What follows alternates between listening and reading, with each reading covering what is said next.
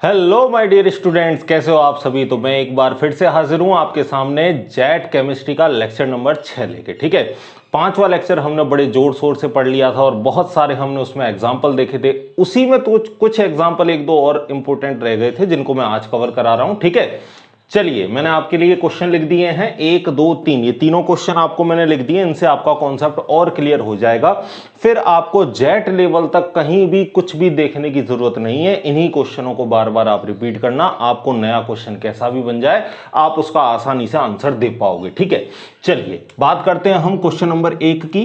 तो सबसे पहले इसमें देखो, प्रत्येक में आपको क्या बतानी है भाई, परमाणुओं की संख्या बतानी है। ये आपकी एनसीईआरटी बुक से उठा है। इससे क्वेश्चन, इस क्वेश्चन से ना आपका एक कॉन्सेप्ट बढ़िया क्लियर होगा कि यू और हम जो ग्राम में लिखते हैं उसमें वजन में हमारे में क्या फर्क है। ठीक है, यू का मतलब क्या है या एएमयू का मतलब क्या है और ग्राम पर मोल लिखते हैं उसका मतलब क्या है। चलिए 52 मोल आर्गन में हमको क्या बताने है, परमाणुओं की संख्या बतानी है। संख्या आते ही माइंड में आपके फॉर्मूला आ चुका होगा, कल हमने बात की थी। संख्या बराबर क्या होता है बताओ। किसी की भी संख्या निकालनी हो हम क्या करते हैं, मोल का गुणा कर देते हैं। किससे? अवोगाद्रो संख्या से। ठीक है, मोल क्या होता है, भार बटा परमाणु, अणुभार या परमाणु हो तो परमाणु भार। लेकिन आपको पता है या तो आपको डायरेक्ट ही मोल दे रखे हैं तो हमको ये निकालने की कोई जरूरत है नहीं। डायरेक्ट मोल कितने दे रखे हैं आपको, 52 दे रखे हैं।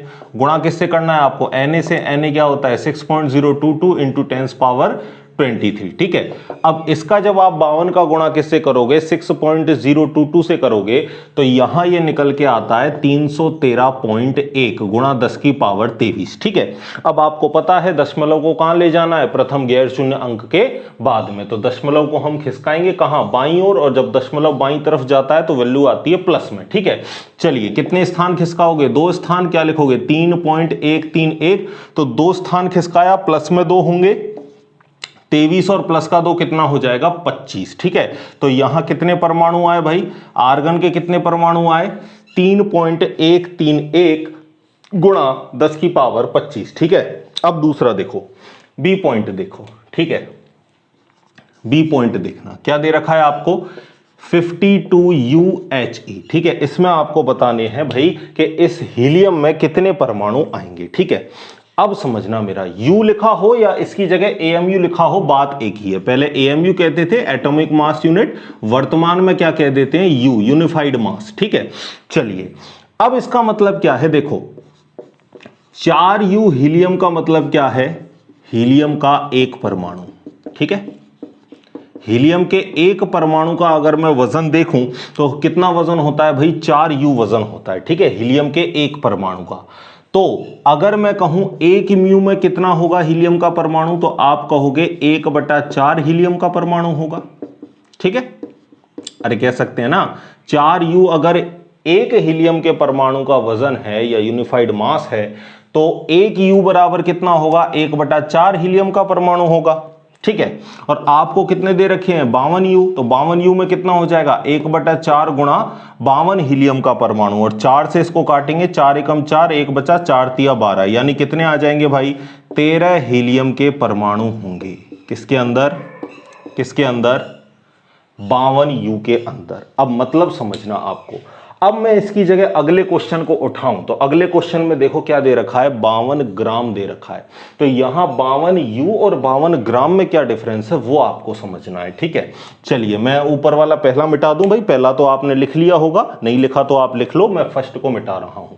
ठीक है, अब यहां AMU और जो ग्राम पर मोल हम लिखते हैं उसका मतलब एग्जैक्ट समझना आप। देखो AMU का अर्थ है एक एटम का द्रव्यमान। ठीक है, और अगर हम ग्राम में लेते हैं, या मैं ग्राम पर मोल वैसे लिखते हैं अपन, अगर आप ग्राम में भी लिख रहे हो तो ग्राम का मतलब क्या है, मोल, यानी 6.022 इंटू 10 पावर 23 परमाणु का द्रव्यमान। ठीक है, यानी अगर मैंने 4U लिखा है तो ये हीलियम के एक परमाणु का वजन है। किसका वजन है, हीलियम के एक परमाणु का वजन है। लेकिन अगर मैंने 4 ग्राम लिखा है तो इसका मतलब क्या है, ये हीलियम के 1 मोल परमाणु का वजन है। और 1 मोल परमाणु का आपको पता है 6.022 इंटू 10⁻23 परमाणु का वजन है। 23 परमाणु का द्रव्यमान या वजन है। मतलब समझ में आया कि U तो आपका बहुत छोटी क्वांटिटी है, और अगर मैं ग्राम की बात करूं तो ग्राम बहुत बड़ी क्वांटिटी है। ठीक है, 4U का मतलब केवल हीलियम के 1 परमाणु का वजन, और 4 ग्राम का मतलब क्या है, 4 ग्राम कितनों का वजन है, इन सबको मिला के 6.022 गुणा 10⁻23 परमाणु का वजन कितना होता है, 4 ग्राम। जबकि 1 परमाणु का वजन कितना होता है, 4U होता है। समझ गए? यानी AMU तो बहुत छोटी इकाई है, और ग्राम पर मोल की बात करें तो वो कैसी इकाई है, बहुत बड़ी इकाई है। समझ में आ गया मतलब जो समझाना चाह रहा हूं। और अगर मैं इस कॉन्सेप्ट को खोल के बताऊं तो वैसे तो आपको क्वेश्चन हो जाएगा, लेकिन समझने के लिए आप चाहो तो और आगे देखो, और आपको इसको क्लियर करता हूं मैं। देखो, हम हीलियम का ही एटम ले लेते हैं। हीलियम का परमाणु क्रमांक 2 होता है, परमाणु भार इसका कितना होता है, 4। नीचे किसको लिखा जाता है, प्रोटॉन को, ऊपर किसको लिखा जाता है, प्रोटॉन प्लस न्यूट्रॉन को। ठीक है, और जितना परमाणु क्रमांक होता है उतने ही प्रोटॉन होते हैं। यानी मैं हीलियम में कहना चाहूं कि प्रोटॉन कितने, न्यूट्रॉन कितने, तो आप कहोगे 2 तो प्रोटॉन है और इसके अंदर 2 ही कौन है, न्यूट्रॉन है। ठीक है, चलिए हीलियम के 1 एटम का मैं वजन देखना चाहता हूं। हीलियम के 1 एटम का मैं वजन देखना चाहता हूं, तो इसके अंदर 2 तो प्रोटॉन है और 2 क्या है, न्यूट्रॉन, और साइड में चक्कर लगा रहे होंगे कौन, 2 इलेक्ट्रॉन, क्योंकि जितने प्रोटॉन होते हैं उतने ही कौन होते हैं, आपके अंदर इलेक्ट्रॉन होते हैं। ठीक है, यही कहानी होगी भाई। अब आगे चलते हैं। ठीक है, तो मैं वजन देखना चाहूं तो क्या कहूंगा, हीलियम के अंदर 2 प्रोटॉन है, 2 न्यूट्रॉन है और 2 इलेक्ट्रॉन है। अब इलेक्ट्रॉन का द्रव्यमान जनरली क्या कर देते हैं हम, नगण्य। क्यों कर देते हैं नगण्य, क्योंकि इलेक्ट्रॉन सबसे हल्का अपरमाणविक कण है। ठीक है, सबसे कम वजन वाला फंडामेंटल पार्टिकल है, इस वजह से हम इसका वजन क्या कर लेते हैं, नेग्लेक्ट। क्योंकि आपको पता है बहुत कम वजन होता है भाई इलेक्ट्रॉन का। कितना होता है, 9.1 गुणा 10⁻−31 किलोग्राम। तो 0.00031 बार जीरो जाओ, उसके बाद में 9, तो बहुत ही कम वजन होने के कारण इसका जो द्रव्यमान है लगभग कैसा कर दिया जाता है, नगण्य कर दिया जाता है। और प्रोटॉन और न्यूट्रॉन का द्रव्यमान लगभग समान होता है, हालांकि न्यूट्रॉन का थोड़ा सा ज्यादा होता है, लेकिन यहां हम लगभग मान के चल रहे हैं। कितना होता है वजन प्रोटॉन का, 1.67 इंटू 10⁻⁻24 ग्राम। ठीक है, इतना ही होता है भाई। तो प्रोटॉन और सेम टू सेम हम न्यूट्रॉन भी इतना ही लेके चल रहे हैं, 1.67, हालांकि थोड़ा सा ज्यादा होता है इसका। यहां मैं दोनों का ऑलमोस्ट लगभग सेम लेके चल रहा हूं। ठीक है, तो यहां 2 प्रोटॉन 2 न्यूट्रॉन मिला दें अगर वजन को तो 4 हो गए, क्योंकि दोनों का वजन कैसा है, एक जैसा। तो मैं यहां कह सकता हूं कि 4 गुणा एक कण का वजन कितना है, 1.67 इंटू 10⁻⁻24 ग्राम। तो मैं यहां ये लिख देता हूं 1.67 इंटू 10⁻⁻24 ग्राम। अब आपको ध्यान हो तो ये मैंने आपको AMU लिखाया था भाई। AMU कितना लिखाया था मैं आपको, एक AMU बराबर कितना होता है, 1.66 इंटू 10⁻⁻24 ग्राम, ऑलमोस्ट इसके। तो ये क्या है आपका, एक AMU हो चुका है। ये क्या हो चुका है आपका, एक AMU। आगे क्या बचा है, 4। तो मैं कह सकता हूं कि हीलियम के एक परमाणु का वजन कितना निकल के आया, 4 AMU निकल के आया। बोलो कह सकता हूं कि नहीं, बिल्कुल कह सकता हूं। अब मैं देखता हूं हीलियम के 1 मोल का वजन। अभी तो मैंने किसका देखा है, एक परमाणु का। अब मैं किसका देखता हूं, 1 मोल। 1 मोल का मतलब 6.022, 1 मोल हीलियम के परमाणु का वजन। ठीक है, तो आपको पता है एक परमाणु का गुणा मैं 1 मोल से कर दूं। जैसे एक सेव का वजन अगर 100 ग्राम है तो 1 दर्जन का कितना होगा, 1 किलो 200 ग्राम। तो उसी तरह अगर एक हीलियम का इतना आ गया तो 1 मोल का कितना होगा, मोल से हीलियम के एक परमाणु के वजन का गुणा कर देते हैं। तो एक परमाणु का वजन ये रहा, मैं ले लेता हूं 4 पॉइंट कितना है, 167 गुणा 10⁻⁻24 ग्राम, गुणा एक मोल में कितने होते हैं, 6.022 इंटू 10⁻23। ठीक है, एक मोल परमाणु का वजन ये आएगा भाई।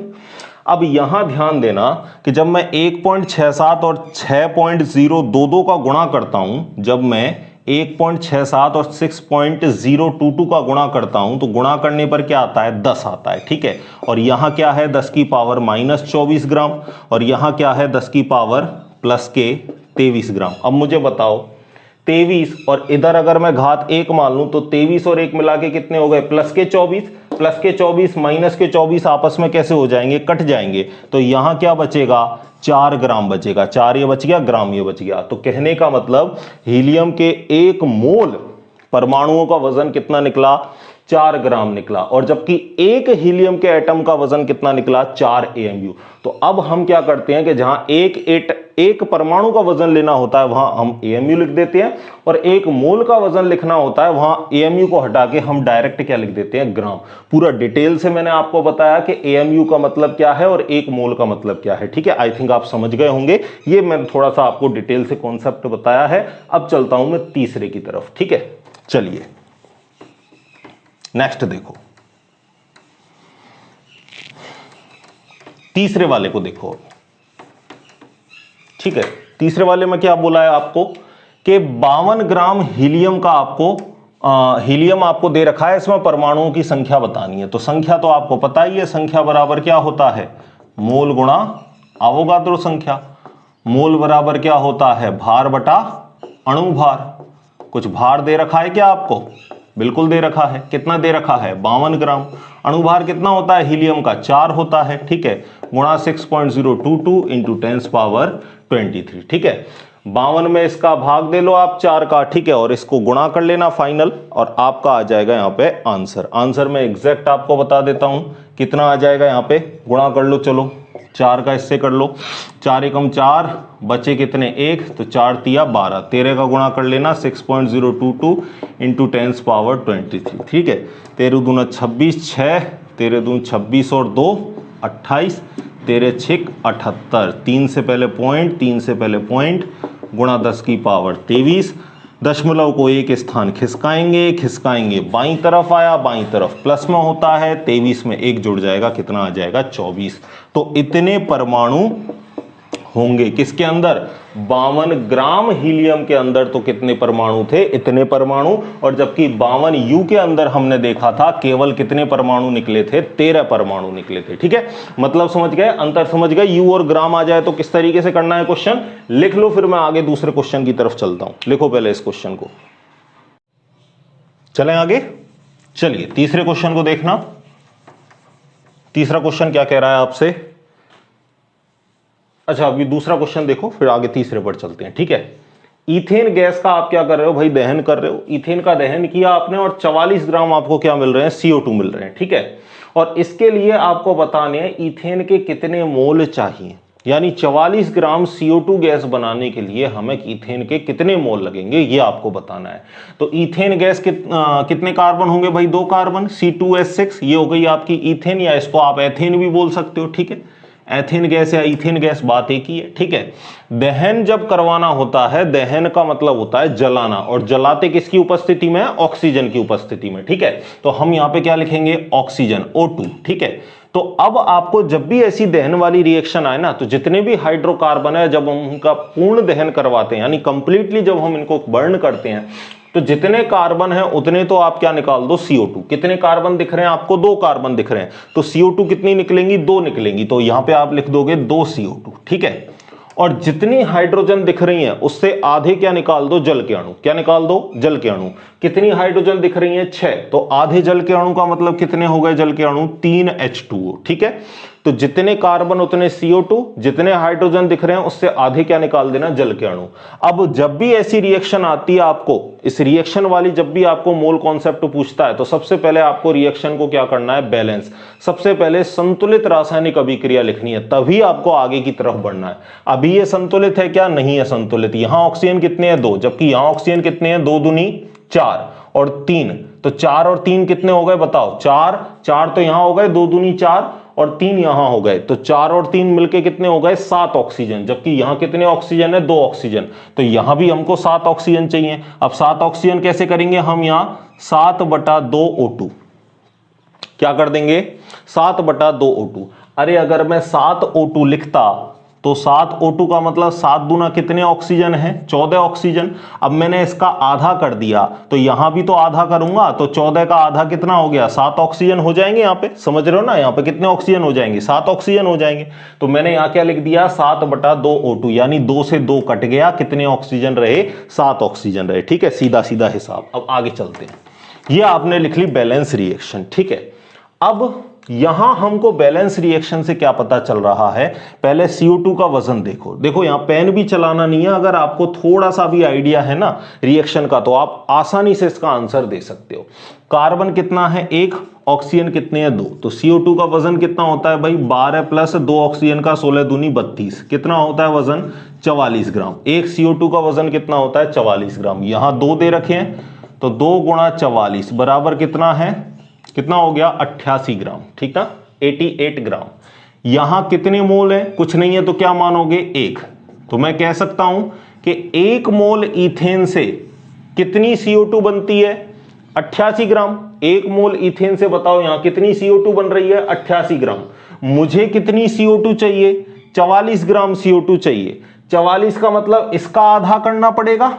इसका आधा करूंगा तो कितना आएगा? 44 ग्राम।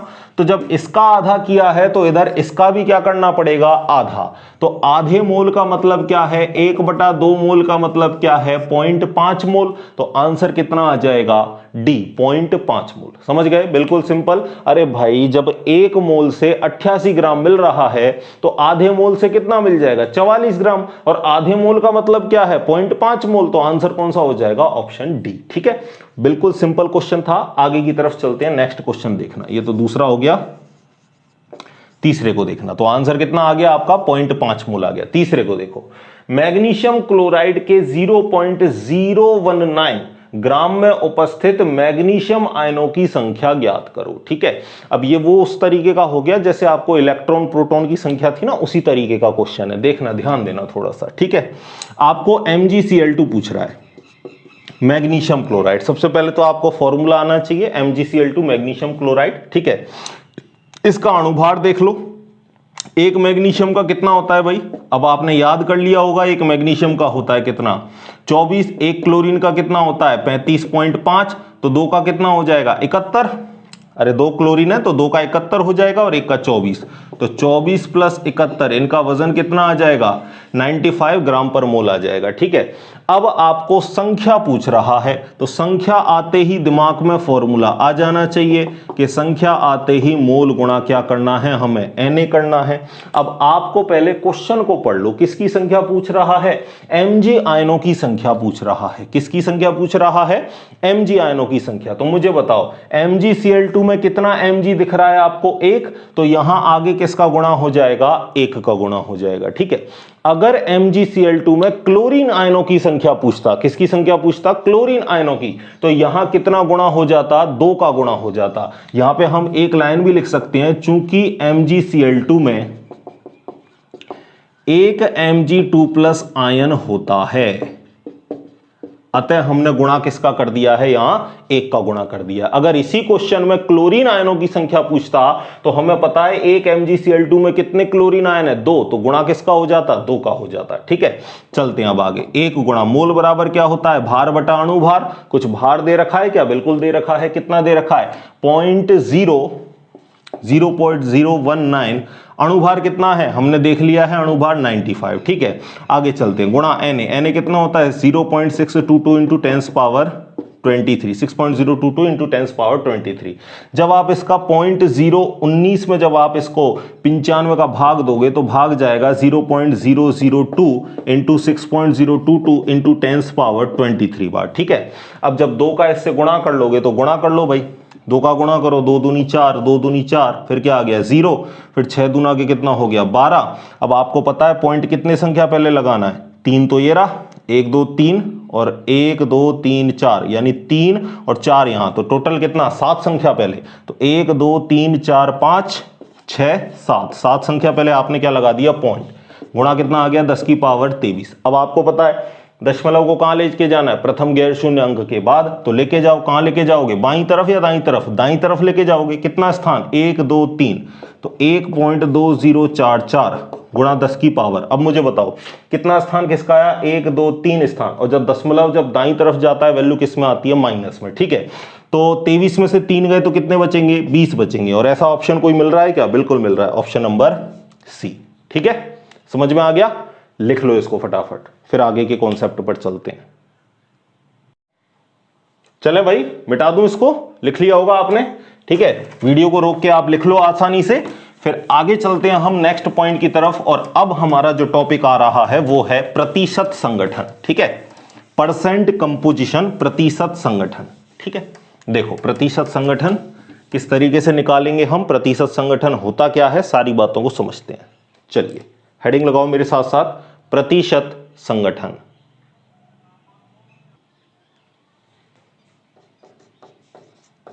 प्रतिशत संगठन, ठीक है, परसेंट कंपोजिशन। अब परसेंट कंपोजिशन का फॉर्मूला क्या है, मैं फॉर्मूला लिख देता हूं आपके सामने। यौगिक में कोई तत्व मैं x मान लेता हूं, x तत्व का प्रतिशत। ठीक है, प्रतिशत कितना होगा भाई, x तत्व का द्रव्यमान बटे यौगिक का कुल मोलर द्रव्यमान, कुल मोलर भार गुणा 100। यह फॉर्मूला होता है प्रतिशत संगठन का। ठीक है, कोई यौगिक है, जैसे मैंने बोल दिया H2O, मेरे पास जल का अणु है, तो जल में हाइड्रोजन कितना है, जैसे मैंने यहां पे ले लिया, मान के चलो एक एग्जांपल ले लिया मैंने H2O। अब इस जल के अणु में हाइड्रोजन का कितना परसेंट है, ऑक्सीजन का कितना परसेंट है, उसी को हम क्या कहते हैं, प्रतिशत संगठन। एक और एग्जांपल ले लिया मैंने, जैसे मैंने दूसरा एग्जांपल ले लिया ग्लूकोज C6H12O6। ठीक है, ग्लूकोज में मैंने बताओ कार्बन का परसेंट कितना है, इसमें हाइड्रोजन का परसेंट कितना है, इसमें ऑक्सीजन का परसेंट कितना है। ऐसे ही कोई क्वेश्चन आ जाएगा, आपको पूछ लेगा कि कोई अणुसूत्र दे देगा और बोलेगा कि इसमें ऑक्सीजन का प्रतिशत बताओ, इसमें हाइड्रोजन का प्रतिशत बताओ, इसमें कार्बन का प्रतिशत बताओ। तो प्रतिशत निकालने का फॉर्मूला क्या है, प्रतिशत निकालने का फॉर्मूला क्या है कि जो तत्व का पूछ रहा है उसका वजन ऊपर रखो, यौगिक में जो वजन दे रखा है, और उसके टोटल मोलर भार का वजन नीचे रखो, गुणा कर दो किससे, 100 से। जैसे मैं यहां पे बात करूं तो यहां पे मुझे बताओ, अगर मैं टोटल मोलर भार या अणु भार की गणना करूं तो 2 हाइड्रोजन का 2 और 1 ऑक्सीजन का कितना 16 है, तो टोटल कितना हुआ 18 ग्राम। ठीक है, चलिए अब मैं निकालता हूं हाइड्रोजन का प्रतिशत संगठन, हाइड्रोजन का प्रतिशत संगठन। ठीक है, चलिए हाइड्रोजन का बताओ, हाइड्रोजन का वजन कितना है 2। अब यहां याद रखना जितने कंपाउंड है उतना रखना है, जितने आपके तत्व हैं, यहां 2 हैं आपके एटम तो 2 का वजन रखेंगे, 4 होते तो 4 का वजन रखते, 8 होते तो 8 का वजन रखते। अब यहां 2 हैं तो 2 गुणा 1 यानी टोटल कितना होगा 2, 1 हाइड्रोजन का 1, 2 हाइड्रोजन का 2 हो जाएगा। ठीक है, नीचे टोटल कितना वजन है 18, गुणा किससे हो जाएगा 100 से, तो 2/18 गुणा 100। ठीक है, अब 1/2 से इसको काटोगे कितनी 9 बार, तो 100 बटा क्या हो जाएगा 9, तो कितना हो जाएगा 1, फिर कितना आया 1, तो 11.11 के आसपास आ जाएगा कुछ। ठीक है ना, आगे चलते हैं। अब इसी में देखो दूसरे का ऑक्सीजन का संगठन, ऑक्सीजन का प्रतिशत संगठन। ठीक है, तो ऑक्सीजन का वजन कितना है बताओ मुझे 18, ऑक्सीजन का वजन कितना है 16, नीचे टोटल वजन कितना है 18, गुणा किससे कर दोगे 100 से, 2 से काटो, 2 8 16, 2 9 18, 8 का गुणा 100 से करो तो कितना हो गया 800 बटा 9। अब 800 में 9 का भाग दो तो कितना आ जाएगा 9 8 72, फिर बचा 8 तो 88.88। अब इसकी बात ये एक और याद रखना, जब आप टोटल दोनों को जोड़ते हो, टोटल जब आप दोनों को जोड़ते हो तो ऑलमोस्ट आपका कितना आता है भाई, ऑलमोस्ट आपका कितना आता है 100% आता है। तो आप पहचान भी सकते हो आपका जो आंसर है वो सही आया या नहीं। अगर मैं इन दोनों को जोड़ूं तो 8 और 1 कितना होता है 9, 8 और 1 कितना होगा 9, 8 और 1 कितना 9, 8 और 1 कितना 9, तो लगभग कितना आया 99.99 यानी 100% के लगभग आ गया। तो हमारा आंसर जो है वो कैसा है, सही है। इस तरीके से आपको प्रतिशत संगठन का क्वेश्चन मिल जाएगा। दूसरे की बात करते हैं, चलो इसमें कार्बन का प्रतिशत बताओ, इसमें हाइड्रोजन का बताओ, और किसका बताओ ऑक्सीजन का प्रतिशत बताओ। बता दोगे? टोटल पहले तो अणुभार देख लो, टोटल कितना है भाई 12 कार्बन है, तो चलो 12 गुणा 12, एक का वजन होता है 12 तो कितना हो जाएगा 144। कल भी बताया था 12 हाइड्रोजन का कितना होगा 12, एक ऑक्सीजन का कितना होता है भाई, एक ऑक्सीजन का कितना होता है, सॉरी यहाँ 12 नहीं है, यहाँ कितने हैं, 6 है ना, तो 12 6 होंगे भाई यहाँ पे, है ना, 12 पंजे 60, 12 6 72, ठीक है। चलिए अब 12 हाइड्रोजन का कितना हो जाएगा भाई, 12 हो जाएगा, ठीक है। और एक ऑक्सीजन का कितना होता है 16, तो 6 का कितना हो जाएगा, 16 पंजे 80 और 16 छक्की 96, जब जोड़ दोगे तो कितना आ जाएगा टोटल 180, कितना आ जाएगा भाई टोटल 180 आ जाएगा। चलिए तो यहाँ 6 हाइड्रोजन सॉरी 6 कार्बन है, तो 6 कार्बन का कितना हो गया वजन 72, नीचे टोटल रखना है, कुल मोलर द्रव्यमान कितना होता है 180, गुणा कर दोगे किससे 100 से, ठीक है। आगे चलते हैं, हाइड्रोजन का कितना होता है भाई 12, नीचे क्या रखोगे 180, गुणा कर दोगे किससे 100 से, बोलो क्लियर है। आगे चलें, इसी तरह ऑक्सीजन का देखो, ऑक्सीजन का कितना वजन है 96, नीचे कौन आ जाएगा 180, गुणा कर दोगे किससे 100 से। अब आप सभी को पता है एक जीरो से एक जीरो को काट दो, ठीक है, एक जीरो से एक जीरो को काट दिया। अब यहाँ पे क्या करना है, आप भाग दे लो, किससे दे लोगे भाई, 2 से कट जाएगा क्या, बिल्कुल 2 से कट जाएगा, 2 से कर लो। चलिए तो 2 से मैं काटता हूँ, ये कितनी बार गया 2 से, ये जाएगा आपका 2 तिया 6, एक बचा 36 बार, और ये कितनी बार गया आपका 9 बार। अभी किसी से जा सकता है क्या, 3 से जा सकता है, बिल्कुल 3 से दे लो भाई, तो ये गया 3 से, 3 तिया 9, और ये कितनी बार जाएगा 3 एकम 3, 3 दूना 6, ठीक है। अब जा सकता है क्या, 3 से जा सकता है क्या, बिल्कुल जा सकता है। ये कितना आ गया 3, और ये 3 चौक 12, यानी यहाँ पर कितना आ गया आपका परसेंट, लगभग कितना आ गया आपका, 4 का गुणा इससे करूंगा तो कितना आ गया आपका 40% आ गया। अब दूसरे वाले का देखो इसी तरीके से, चलिए एक जीरो से एक जीरो कटा, ठीक है, 2 से काट दो 9 बार, ये कितनी बार गया 5 बार। अब जा सकता है क्या, नहीं जा सकता, 12 पंजे कितना हो गया 60, तो 60 बटे 9, 9 में दो भाई, 60 में 9 का भाग दो, 9 पंजे 45, 9 6 54, ठीक है, 6 तो 6.66 यानी 6.66 बार जाएगा, ठीक है। इसमें दे लो, जीरो से गया आपका जीरो, फिर वही ये गया कितना 5, ये कितना गया आपका 9 बार, ठीक है। और कुछ कट सकता है क्या, 3 से कट सकता है क्या, बिल्कुल कट सकता है ना, 3 तिया 9, और ये कितनी बार कटा 3 तिया 9 और 3 दूना 6, 32 बार, ठीक है। अब कट सकता है क्या, अब नहीं कट सकता, तो 32 का गुणा इससे कर लो, 3 दूनी 5 की 1, और ये हो गया 160, इसमें भाग दे लो किसका 3 का, 3 का भाग दो भाई, 3 5 15, एक बचा तो 3 तिया 9 और फिर 3.3, ठीक है, तो 53.33 ये आपका आ गया इधर आंसर, ठीक है। कर लोगे तो जब इनको आप टोटल करोगे तो इनका टोटल भी कितना निकल के आएगा 99.99, यानी ऑलमोस्ट किसके बराबर आ जाएगा आपका 100 के बराबर आ जाएगा, ठीक है। तो हमारा कॉन्सेप्ट सही है। क्वेश्चन किस तरीके से बनेगा मैंने आपको बता दिया, कोई भी यौगिक दे देगा और बोलेगा कि इसमें कार्बन का परसेंट निकालो, इसमें फॉस्फोरस का निकालो, जो भी यौगिक के अंदर जो भी आपको तत्व दे रखे होंगे उनमें से किसी एक का प्रतिशत आपसे पूछ लेगा, ठीक है। तो आसान कॉन्सेप्ट था, आप आसानी से इसको कर लोगे। चलिए अब हम चलते हैं आगे की तरफ, आप इसको पहले एक बार लिख लो, ठीक है। चलिए अब अगला जो क्वेश्चन आपका बन सकता है वो कहां से बन सकता है, मूलानुपाती सूत्र और अणु सूत्र से, ठीक है। और फिर एक और कॉन्सेप्ट बचता है आपका सीमांत अभिकर्मक, जिसको हम बोलते हैं लिमिटिंग रिएजेंट, ठीक है। यहां से आपका क्वेश्चन बन सकता है, तो बस सीमांत रिएजेंट को आप और अच्छे से पढ़ोगे और मूलानुपाती सूत्र अणु सूत्र को भी देखो, ठीक है। तो हेडिंग लगाओ मेरे साथ, मूलानुपाती सूत्र तथा अणु सूत्र, ठीक है। मूलानुपाती सूत्र तथा अणु सूत्र, ठीक है। मॉलिक्यूलर फॉर्मूला और एम्पेरिकल फॉर्मूला, मूलानुपाती सूत्र को इंग्लिश में क्या बोलते हैं, एम्पेरिकल फॉर्मूला, ठीक है, एम्पेरिकल फॉर्मूला, और इसको क्या कहेंगे हम, मॉलिक्यूलर फॉर्मूला, ठीक है। देखो इसमें पहले समझो आप कि मूलानुपाती सूत्र किसको कहेंगे और अणु सूत्र किसको कहेंगे। जैसे मैं आपको एक एग्जांपल लिखूं, C6H12O6, तो ये तो क्या है भाई, ये तो है ग्लूकोज का अणु सूत्र, क्या है ये, ग्लूकोज का अणु सूत्र। लेकिन अगर मैं इसका सरल अनुपात ले लूं, लेकिन मैं क्या ले लूं, इसका अगर सरल अनुपात ले लूं तो उसका सरल अनुपाती क्या कहलाएगा, मूलानुपाती सूत्र। अब आपको पता है यहां कार्बन कितने 6 हैं, हाइड्रोजन कितने हैं 12 और कार्बन ऑक्सीजन कितने 6 हैं, तो सब में 6 का भाग चला जाएगा क्या, आप बोलोगे बिल्कुल चला जाएगा। तो 6 एकम 6, 6 दूनी 12 और 6 एकम 6, तो इसका सरल अनुपात ले लिया और ये सरल अनुपात ही ग्लूकोज का क्या कहलाएगा, ये सरल अनुपात ग्लूकोज का क्या कहलाएगा भाई, मूलानुपाती सूत्र। क्या कहलाएगा, मूलानुपाती सूत्र। तो मतलब समझ गए, यानी अणुसूत्र का सरलतम अनुपात ही क्या कहलाता है, मूलानुपाती सूत्र। तो चाहो तो आप एक लाइन भी लिख सकते हो यहां कि अणुसूत्र का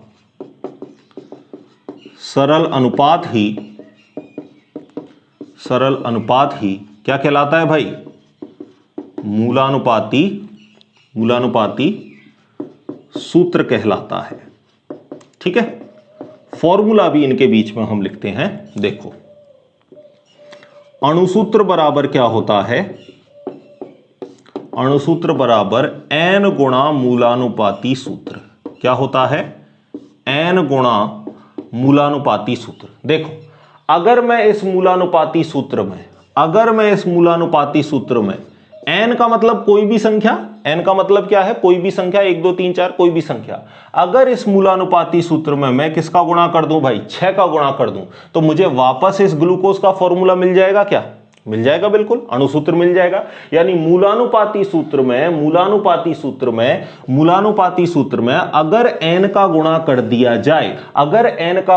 दिया जाए, तो हमें किसकी प्राप्ति हो जाती है, अणुसूत्र की प्राप्ति हो जाती है। समझ गए इस बात को, आगे चलें। चलिए, तो अब यहां से मैं n से एक और फॉर्मूला लिखूंगा, n बराबर ऊपर क्या आ जाएगा, अणुसूत्र, और मूलानुपाती सूत्र कहां चला जाएगा, नीचे। ठीक है, मूलानुपाती सूत्र। और आपको अगर वजन दे रखा हो कि अणुसूत्र का वजन ये है, मूलानुपाती सूत्र का वजन ये है, तो यहां पे आप भार को भी रख सकते हो। ठीक है ना, तो मैं यहां पे क्या रख सकता हूं, अणुभार भी रख सकता हूं, और नीचे क्या रख सकता हूं, मूलानुपाती सूत्र भार भी रख सकता हूं। ठीक है, ये दो फॉर्मूले आपको और खासकर याद रखने हैं, आगे क्वेश्चन बनेगा इससे। आईसीआर क्वेश्चन पूछ चुका है, जेट ने अभी तक यहां से कोई क्वेश्चन पूछा नहीं है, लेकिन संभावना है कि अगर आईसीआर पूछ चुका है तो जेट भी पूछ सकता है। ठीक है, ये फॉर्मूले लिखो। क्वेश्चन किस तरीके से बनेगा उसके लिए मैं पहले आपको कुछ स्टेप लिखा देता हूं, फिर उन स्टेप की सहायता से अपन क्वेश्चन करेंगे। ठीक है,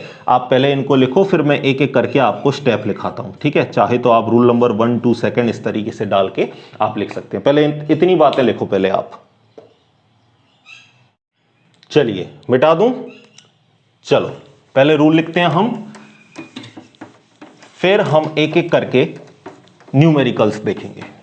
पहला रूल लिखो, मूलानुपाती सूत्र ज्ञात करने के नियम। हेडिंग लगा लो, मूलानुपाती सूत्र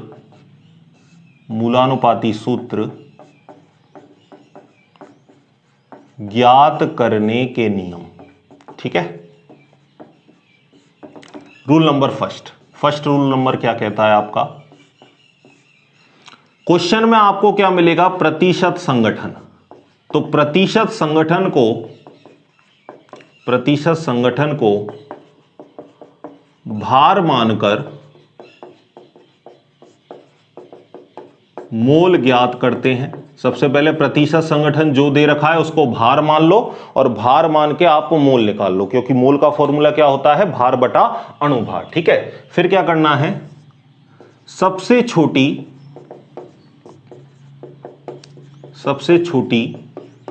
संख्या का अन्य सभी में भाग देकर सरल अनुपात निकालोगे। सरल अनुपात निकालते हैं। दूसरी बात क्या बताई मैंने, सबसे छोटी संख्या का जब आप मोल निकालोगे तो जो सबसे छोटी मूल संख्या आए उसका अन्य सभी में भाग देकर क्या निकालना, सरल अनुपात। तीसरा देखो, तीसरा क्या है, यह सरल अनुपात ही मूलानुपाती सूत्र है।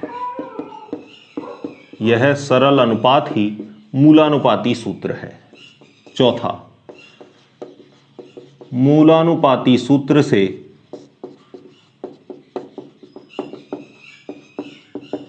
अणुसूत्र ज्ञात करते हैं। अगर एक बार मूलानुपाती सूत्र मिल गया तो n का मान निकाल के हम अणुसूत्र भी ज्ञात कर लेंगे। इतनी बातें लिखो, फिर मैं आपको क्वेश्चन लिखाता हूं। ठीक है, लिखो इतनी बातें, फिर क्वेश्चन और फिर इन सारे स्टेप्स को एक एक करके हम समझेंगे।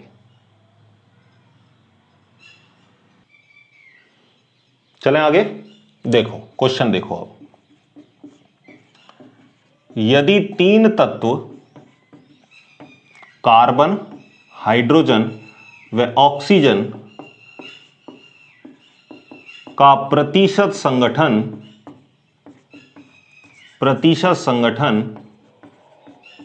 क्रमशः 40%, 6.67% व 53.33% हो तथा यौगिक का अणुभार बराबर 180 ग्राम पर मोल हो तो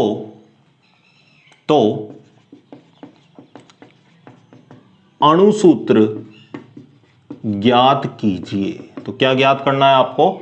अणुसूत्र ज्ञात करना है। ठीक है, मैंने आपको क्वेश्चन लिखा दिया, एक बार इसको पढ़ो अच्छे से। यदि 3 तत्व कार्बन, हाइड्रोजन, ऑक्सीजन का प्रतिशत संगठन आपको दे रखा है, जो अभी अभी हमने निकाला भी था, ठीक है ना, आपको याद आ रहा होगा, और यौगिक का अणुभार आपको दे रखा होगा क्वेश्चन में, और आपसे पूछ रहा है अणुसूत्र ज्ञात कीजिए। अब मैंने ये जो स्टेप लिख रखे हैं ये सारे काम में आएंगे, ठीक है आपको। चलिए तो एक बार इनको स्टेप को एक बार और पढ़ लो, जब तक मैं मेरा हथियार लोड कर लेता हूं एक बार, ठीक है, मतलब इंक भर लेते हैं, ठीक है। चलिए आप लिखो इसको।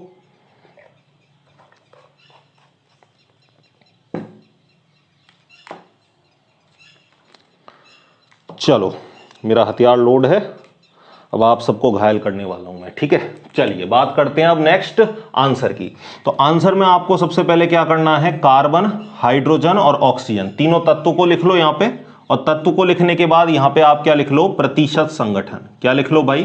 प्रतिशत संगठन, ठीक है। अब यहां पे आपको पता है कि प्रतिशत संगठन कितना है, इसका 40% है, इसका क्या है आपका 6.67, और इसका क्या है आपका 53.33। अब मैंने क्या बोला, प्रतिशत संगठन को भार मानकर क्या ज्ञात करो भाई, मोल ज्ञात करो। तो मोल ज्ञात कर लो। मोल बराबर क्या होता है, भार बटा अणुभार। भार कितना है आपके पास 40, अणुभार कितना होता है 12, यही होगा भाई। कार्बन का अणुभार कितना, मतलब परमाणु भार कितना 12, इसका कितना 6.67, एक हाइड्रोजन का कितना 1, 53.33। एक ऑक्सीजन का वजन कितना होता है बताओ भाई, एक ऑक्सीजन का वजन कितना होता है आपका 16, ठीक है, यही होगा ना। अब चलो अब आगे चलते हैं। तो जब 12 का इसमें दोगे आप 40 में तो कितना आ जाएगा 3.33, और इसका तो वही 6.67, और जब 53 में आप 16 का दोगे तो इसका भी कितना आएगा 3.33। ये आपका क्या आ गया, मोल आ गया। अब आगे आपको क्या निकालना है, क्या निकालना है भाई, सरल अनुपात। अगला देखो, सबसे छोटी संख्या का अन्य सभी में भाग देकर क्या निकालते हो, सरल अनुपात निकालते हो। अन्य सभी में भाग देकर क्या निकालते हो आप, सरल अनुपात निकालते हो। तो सबसे छोटी संख्या का, सबसे छोटी संख्या यहां पर कौन सी है बताओ, 3.33। तो इस 3.33 का सभी में भाग देकर आप क्या निकालो, सरल अनुपात। तो 3.33 बटा 3.33 कितना आ जाएगा 1, 6.67 बटा 3.33 कितना आ जाएगा 2, 3.33 बटे 3.33 कितना आ जाएगा 1। बताओ भाई, सबसे छोटी संख्या का अन्य सभी में भाग देकर हमने क्या निकाल लिया, सरल अनुपात। और ये सरल अनुपात ही हमारा किसको बताएगा, ये सरल अनुपात ही हमारा किसको बताता है भाई, मूलानुपाती सूत्र को बताता है। तो सरल अनुपात मिल गया आपको। अब सरल अनुपात मिलते ही आप यहां पे क्या लिख दोगे भाई, क्या लिख दोगे यहां पे आप, मूलानुपाती सूत्र। मूलानुपाती सूत्र कितना होगा बताओ। कार्बन कितने हैं आपके पास, कार्बन कितना है 1, हाइड्रोजन कितने हैं 2, और ऑक्सीजन कितना है 1। तो कार्बन मेरे पास 1, हाइड्रोजन मेरे पास 2 और ऑक्सीजन मेरे पास 1। ये मेरे पास क्या आ चुका है, ये मेरे पास क्या आ चुका है भाई, मूलानुपाती सूत्र, है ना। क्या आ चुका है ये मेरे पास, मूलानुपाती सूत्र। अब आपको पता है कि अगर आपके पास मूलानुपाती सूत्र है तो आप उससे n का मान निकाल सकते हो, और n का मान निकाल के आप अणुसूत्र निकाल सकते हो। तो n बराबर क्या होता है, n बराबर क्या होता है, अणुभार बटे मूलानुपाती सूत्रभार। क्या अणुभार क्वेश्चन में दे रखा है, बिल्कुल दे रखा है। अणुभार कितना दे रखा है 180 ग्राम, तो ऊपर मैं किसको रखूंगा 180 को। मूलानुपाती सूत्रभार, मूलानुपाती सूत्र ये आपके सामने है, तो भार जोड़ लो इसका। एक कार्बन का कितना होगा 12, 2 हाइड्रोजन का कितना होगा 2, एक ऑक्सीजन का कितना होगा 16।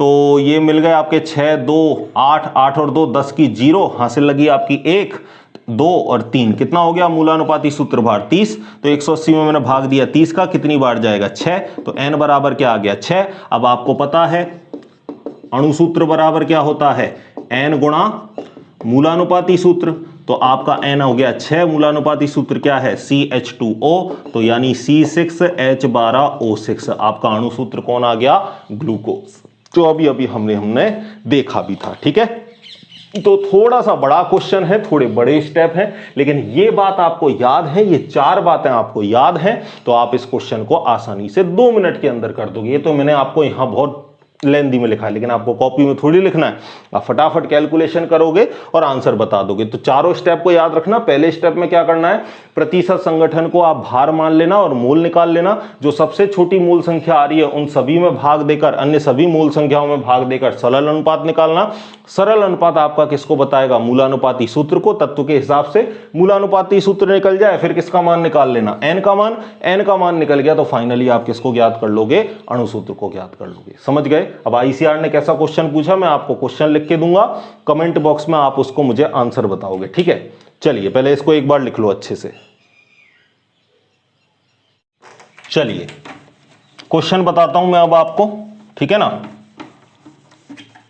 और इसका आंसर आप मुझे कमेंट बॉक्स में दोगे। ठीक है, जो पढ़ रहा है वो एटलीस्ट देगा ही देगा आंसर, है ना, और जो नहीं पढ़ रहा है उसका तो फिर कहना ही क्या। ठीक है, क्योंकि भाई एक बार तो घिसना पड़ेगा। ठीक है ना, डायरेक्ट मैं आपको थोड़ा थोड़ा सा बता दूं कि हाँ भाई ऐसे कर लो ऐसे कर लो, और अगर कॉन्सेप्ट में थोड़ा सा भी आपको इधर उधर कर दिया उसने और आप वहीं पे चौक हो जाओगे, ठीक है ना, रुक जाओगे। तो इस वजह से मैं सारी छोटी छोटी बातें आपको बता रहा हूं कि एग्जामिनर किसी भी तरीके से आपको क्वेश्चन पूछे, आप उसको सरल तरीके से आप उसको हल कर पाओ। और वो कब होगा, जब आप एक बार है ना पूरा कॉन्सेप्ट पढ़ लोगे। ठीक है ना, एक बार तो डूबना पड़ेगा भैया, समुद्र में डुबकी लगानी पड़ेगी, ऊपर ऊपर से ही देखोगे तो गहराई का अंदाजा नहीं लगेगा। ठीक है, चलिए बात करते हैं अब हम अगले क्वेश्चन की, जो आईसीएआर 2015 में पूछा गया है। ठीक है, कार्बनिक यौगिक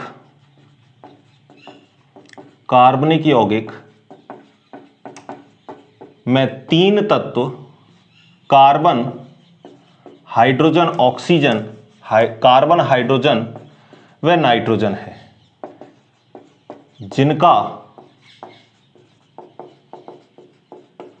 प्रतिशत संगठन क्रमशः कार्बन का तो दे रखा है 40, हाइड्रोजन का दे रखा है 13.33% व नाइट्रोजन का दे रखा है 46.47% है। इनका आणविक सूत्र होगा। ठीक है, सेम टू सेम ऐसा ही आपको दे रखा है, जिस तरीके से आपको वहां पे क्वेश्चन था उसी तरीके से सेम टू सेम ये क्वेश्चन है। ठीक है, जिसमें कार्बन का आपको दे रखा है, हाइड्रोजन का आपको दे रखा है और नाइट्रोजन का आपको दे रखा है।